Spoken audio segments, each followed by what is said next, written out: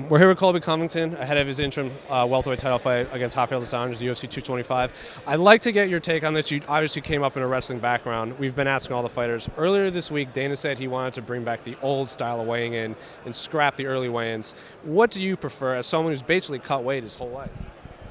To be honest, it doesn't make a big difference to me because I'm not cutting a lot of weight. Some of these guys are cutting 20, 30 pounds. They think that it's going to give them an edge on fight night. But, I fight at my natural weight, man, because I'm a winner. That's what winners do. They fight at their natural weight. They're not scared. Most of these guys are scared to fight up a weight class or fight at their natural weight. I'm not scared, man. I'm letting my nuts hang out.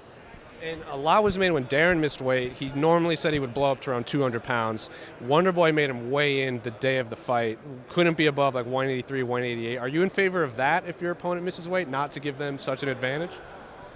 No, I'm not in favor of that. You got to make weight, man. We're professional athletes, man. You get paid to make weight. So if you don't make weight, you shouldn't be fighting, or you should be losing your show money. And then if you win, you should be losing half of that too. So there should be more drastic measures taken to people that don't make weight. You're a professional, man. There's no excuses for not making weight. I'm not saying Rafael's going to miss weight, but if a future opponent ever does, what's the threshold you would accept to fight? I mean, because when Mackenzie Dern missed weight, she was a whole weight class above.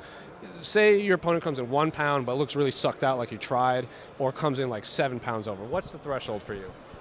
Yeah, I mean, for me, I don't know. I'm a fighter. I love to fight, so I came to fight. It doesn't matter what they weigh. I'll fight a freaking heavyweight, I came here to fight and put on an entertaining show for the fans, so I don't think I really have a threshold, The UFC makes it right. I'll fight anybody at any weight. I'm a money fighter.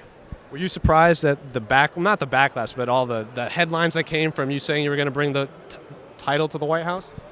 No, I'm not surprised, Everybody loves America. We salute this country, and all the brave men and women that gave their life for this country. So, all the Golden State Warriors, the Philadelphia Eagles, they're a disgrace. They're a bunch of losers. So the fact that they don't want to kneel for that national anthem, yeah, you have the First Amendment. You have that right to freedom of speech. But, dude, you're getting paid way over your pay grade to do a job that's not that hard. And that's an American-led thing. If you were in Cuba, if you were in Puerto Rico, you wouldn't have those luxuries to be able to be fed through silver spoons. So, those little pencil neck geese, I got a word to say to them. If they want to act so tough to Trump, they should come try and act tough to me. I'm over at American Top Team in Coconut Creek, Florida.